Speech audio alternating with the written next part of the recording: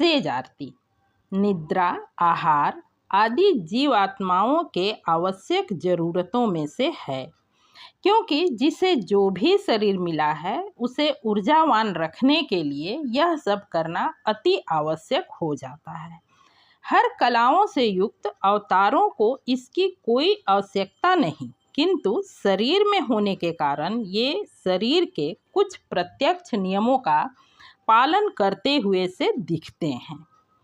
ओम साई राम श्रोताओं, साईं कथाएं में आपका स्वागत है। आइए सुनते हैं साईं की प्रेरणा से मेरे द्वारा लिखित पुस्तक कलयुग में आए साईं के कुछ अंश।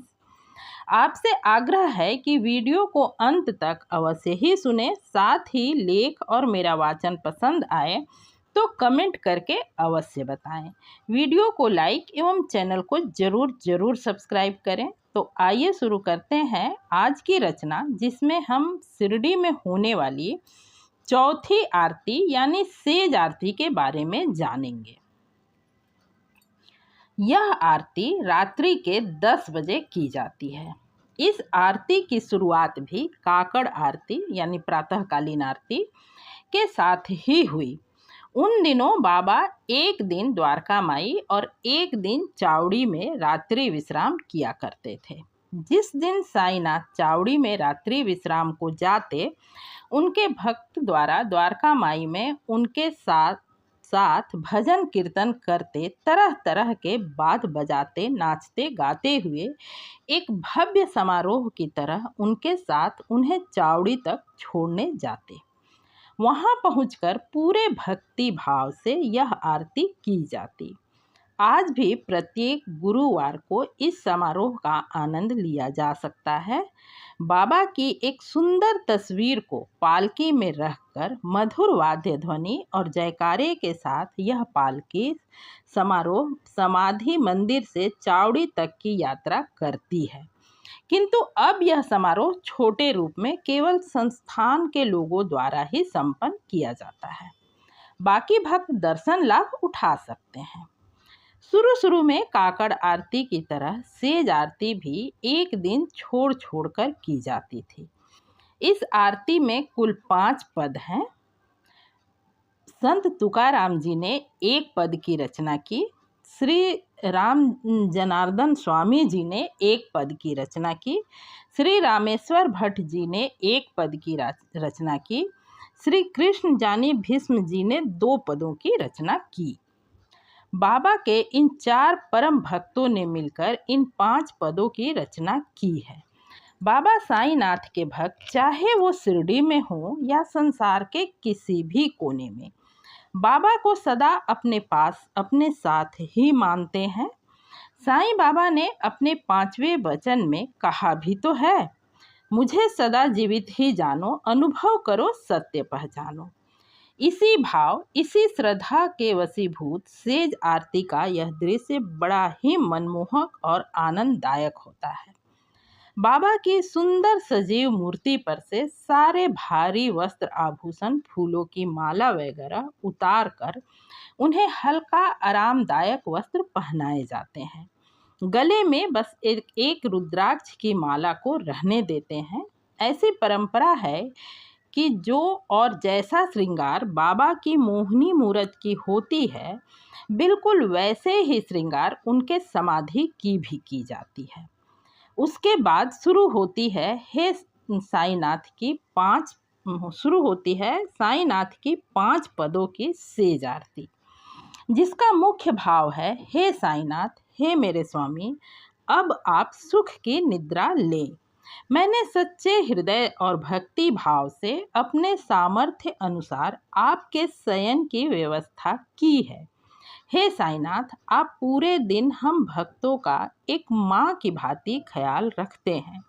इस निरंतर देखभाल से आप थक गए होंगे, इसलिए हे भक्तवत्सल, अब आप विश्राम कीजिए। इस आरती के बाद भक्तों की भाव की पराकाष्ठा यह कि बाबा की मूर्ति के चारों ओर एक सुंदर मच्छरदानी लगाई जाती है।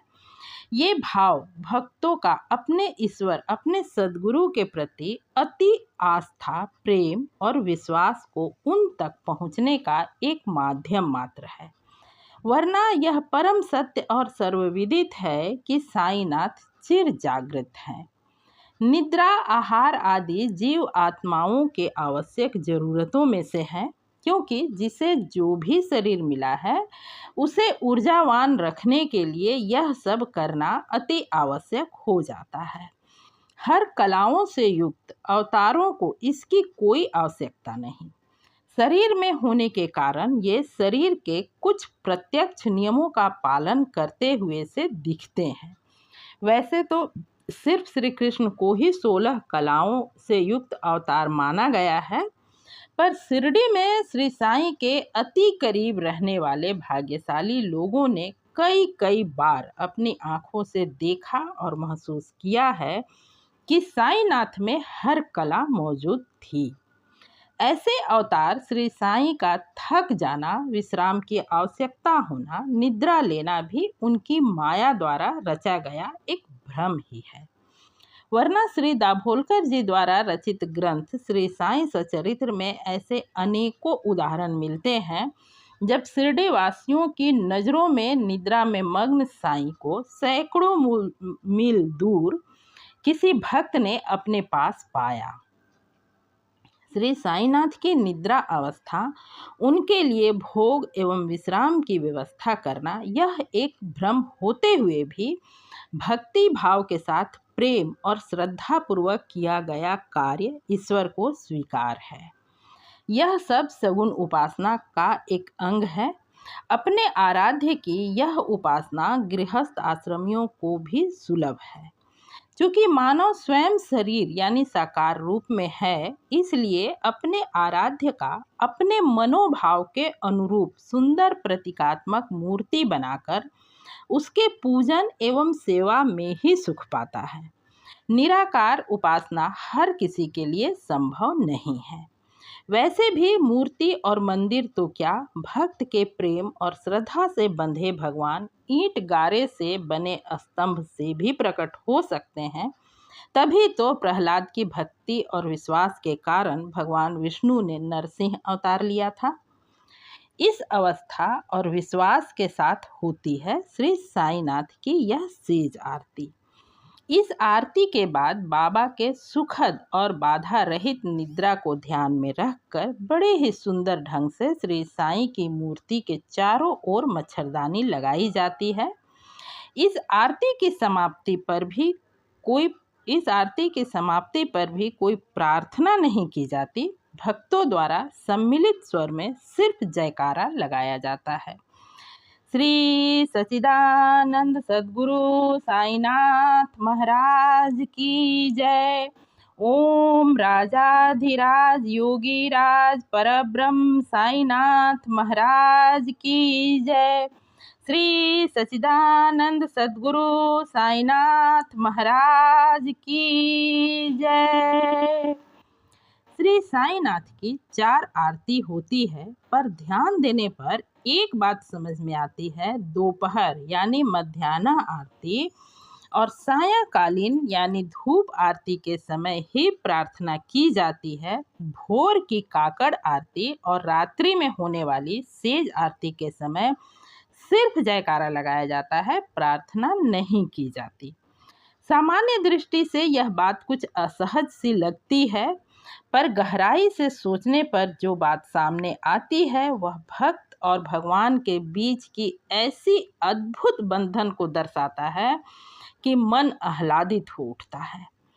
उस वक्त जो भाग्यशाली लोग बाबा के सानिध्य में रहें या आज भी जो लोग साईनाथ की सच्चे दिल से भक्ति करते हैं, वे बाबा को ईश्वर सद्गुरु के साथ ही बेहद अपना यानी परिवार के किसी वरिष्ठ सदस्य सा ही मानते हैं।